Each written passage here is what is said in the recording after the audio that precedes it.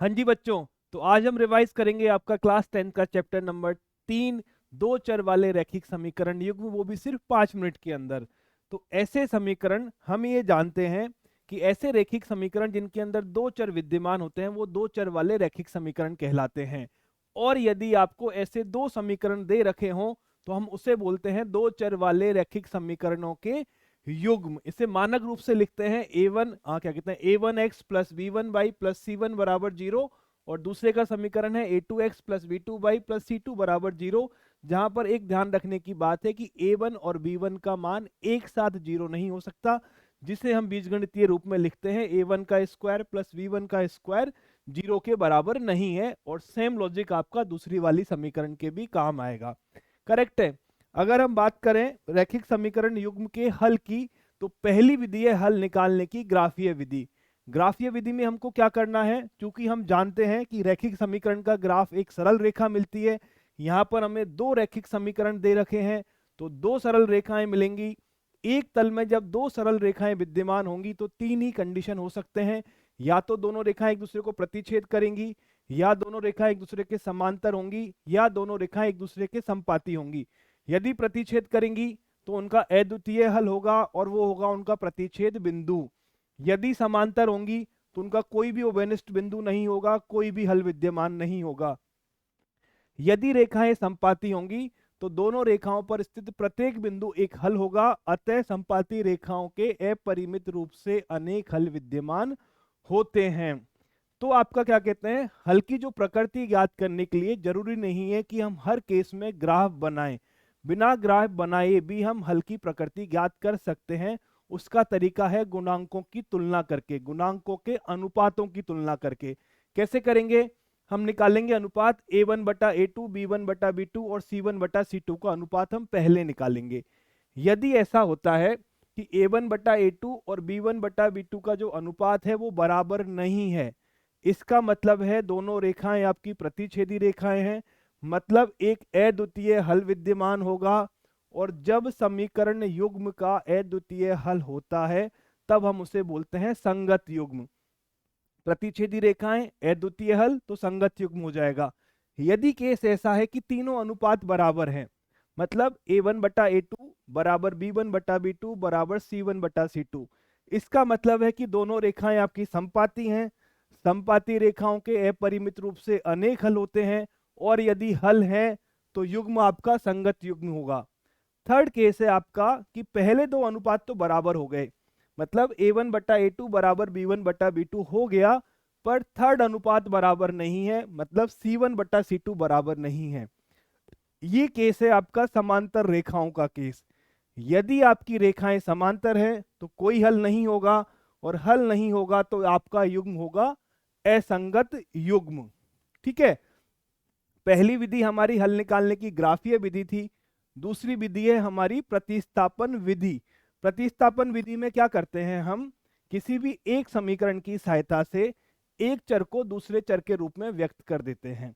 जैसे हमने यहाँ पर x को y के रूप में व्यक्त किया है, फिर x की वैल्यू उठा के आप किसी भी समीकरण में रख दो, आपको क्या मिलेगा, दो चर वाला रैखिक समीकरण एक चर वाले समीकरण में परिवर्तित हो गया है।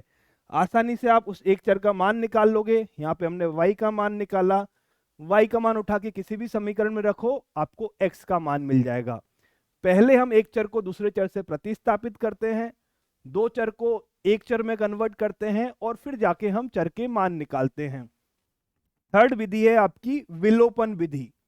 विलोपन विधि सबसे ज्यादा काम में आने वाली विधि है। वो कैसे काम करती है कि इस केस में हम किसी एक चर को पहले गायब करते हैं। गायब कैसे करेंगे, उस चर के गुणांक हम बराबर कर देंगे। जैसे यहाँ पर x प्लस वाई का मान 5 के बराबर है, यहाँ पे 2x माइनस 3y है, तो हम क्या करें, हमने x के गुणांक दोनों केसेस में बराबर कर दिए। पहले वाले समीकरण को 2 से गुणा कर दिया, यहाँ पर x के गुणांक बराबर हो गए। अब दोनों समीकरण को माइनस करो, माइनस करने से क्या होगा, x गायब हो जाएगा, सिर्फ y रह जाएगा। एक चर में आपका समीकरण बदल गया। y का मान निकालो, y के मान को उठा के किसी समीकरण में डालो और x का मान निकाल लो।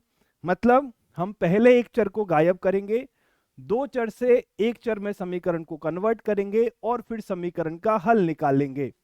फोर्थ विधि है आपकी वज्र गुणन विधि। वज्र गुणन विधि बड़ी ही इंटरेस्टिंग विधि है। इसमें हम क्या करेंगे, सबसे पहला काम, समीकरण को मानक रूप में लिखो। मानक रूप क्या होता है, a1x plus b1y plus c1। अचर पद आपका लेफ्ट में होना चाहिए, राइट में 0 ही आना चाहिए।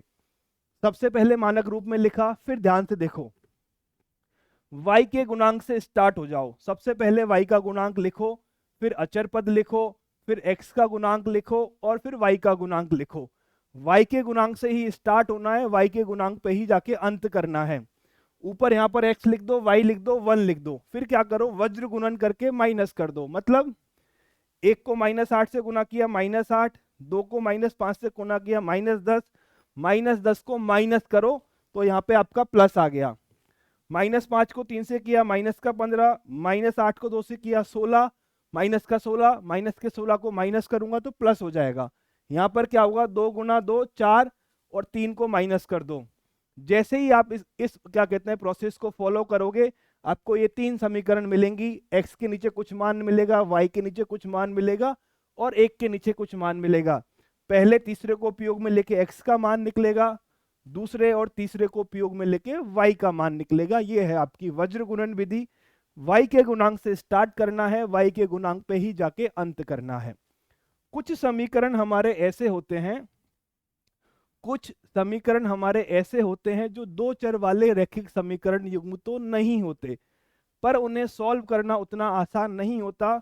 तब हम क्या करेंगे, कुछ ना कुछ चेंजेस करके उन समीकरणों को दो चर वाले रैखिक समीकरण युग्म में हम बदल लेते हैं। कैसे, जैसे आपको लिखा हुआ है 2/x प्लस 3/y का मान 13 और दूसरी समीकरण आपके पास ये रही।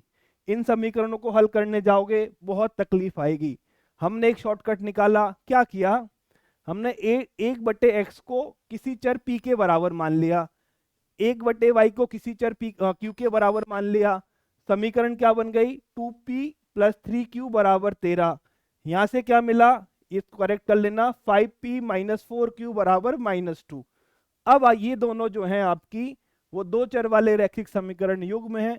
जो हमने विधि पढ़ी थी, ग्राफीय विधि, प्रतिस्थापन विधि, विलोपन विधि, वज्र गुणन विधि, जो आपको पसंद आए वो विधि लगा लेना। p और q का मान निकलेगा, p के मान से x का मान मिलेगा, q के मान से आपको y का मान मिलेगा। क्लियर। तो ये था आपका चैप्टर नंबर 3।